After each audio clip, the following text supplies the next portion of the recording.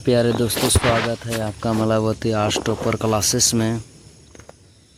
आज मैं शुरुआत करने जा रहा हूँ हड़प्पा सभ्यता का टॉप VVI 20 सवाल। ठीक है, सभी क्वेश्चन पूरा वीडियो देखिए और सभी क्वेश्चन को याद करने की कोशिश कीजिए। अगर किसी क्वेश्चन का आपको आंसर नहीं पता तो मैं उसका आंसर बताऊंगा और आप कोशिश कीजिए कि सभी क्वेश्चन को अटेंड करने का। ठीक है, सवाल नंबर 1 बढ़ते हैं। हड़प्पा सभ्यता किस नदी घाटी में विकसित हुआ था? हड़प्पा सभ्यता किस नदी घाटी में विकसित हुआ था? तो देखिए, इसका सही आंसर हमारा होगा ऑप्शन नंबर सी, सिंधु नदी। ठीक है, नेक्स्ट सवाल।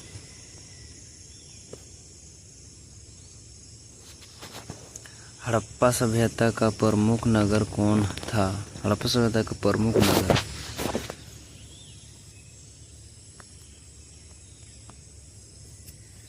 हड़प्पा सभ्यता का प्रमुख नगर, हड़प्पा सभ्यता का प्रमुख नगर देखिए हड़प्पा है। ठीक है, हड़प्पा प्रमुख नगर। नेक्स्ट सवाल बढ़ते हैं।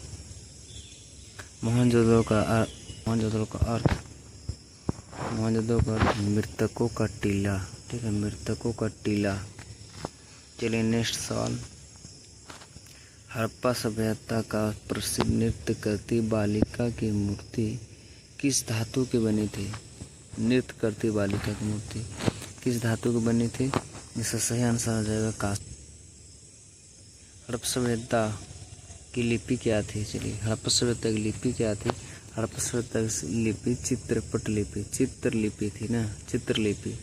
ये 26 लेटर के होते थे, इसमें चित्र से दर्शाया जाता था, चित्र समझाया जाता था, इसलिए चित्रलिपि बोला गया है हड़प्पा सभ्यता की लिपि को। ठीक है, चलिए नेक्स्ट सवाल।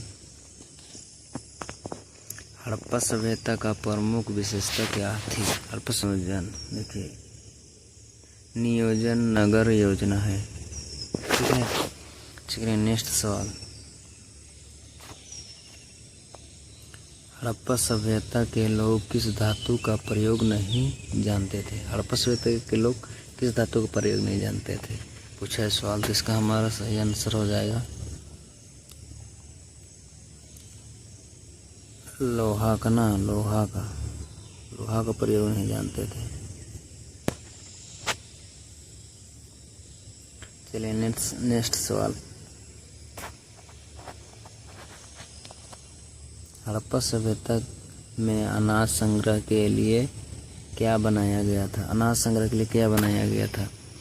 इसका सही आंसर होगा हमारा ऑप्शन नंबर ए, अनाज भंडार।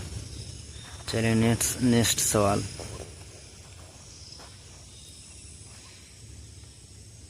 हड़प्पा सभ्यता में सबसे बड़ा स्नानागार कहाँ पाया गया? सबसे बड़ा स्नानागार कहाँ पाया गया? इसका सही आंसर हो जाएगा मोहनजोदड़ो में। ठीक है, मोहनजोदड़ो। चलिए अगला सवाल बढ़ते हैं। हड़प्पा काल में किस पशु का पूजा के प्रमाण मिले हैं? किस पशु की पूजा के प्रमाण मिले हैं? देखिए, हड़प्पा काल में बैल का पूजा किया जाता था। ठीक है, बैल का। चलिए नेक्स्ट सवाल। हड़प्पा सभ्यता के एक प्रमुख बंदरगाह कौन सा था? देखिए, हड़प्पा सभ्यता का प्रमुख बंदरगाह, अगर आप सभी किसी को अगर नहीं पता है बंदरगाह किसे कहते हैं, देखिए जिस स्थान पर नाव चलती है और रुक जाती है, जैसे देखिए रेलवे स्टेशन, एक स्टेशन से दूसरे स्टेशन तक जाती है, स्टेशन बोला जाता है। उसी प्रकार से एक स्थान से दूसरे स्थान तक पहुंचता है, उसके बंदरगाह बोलते हैं। जहाँ रुकती है, जहाँ जो वस्तु लिया गया या कोई यात्री गया, कोई व्यक्ति जा रहा है, वहाँ रुक रहा है नाव या पानी जहाज, उसको बंदरगाह बोलते हैं। या नहीं, जहाँ नाव रुकता है उससे बंदरगाह कहते हैं। तो ये हड़प्पा सभ्यता का प्रमुख बंदरगाह था लोथल। लोथल कहाँ है? गुजरात में। चलिए नेक्स्ट सवाल।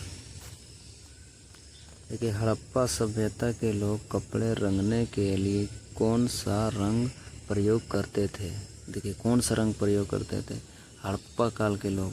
देखिए आज से अगर 10 साल पीछे भी देखा जाए, सफ़ेद कपड़ा में नीला रंग का प्रयोग किया था। नील बोलते थे उसे, नीला रंग का प्रयोग करते थे। तो हड़प्पा सभ्यता के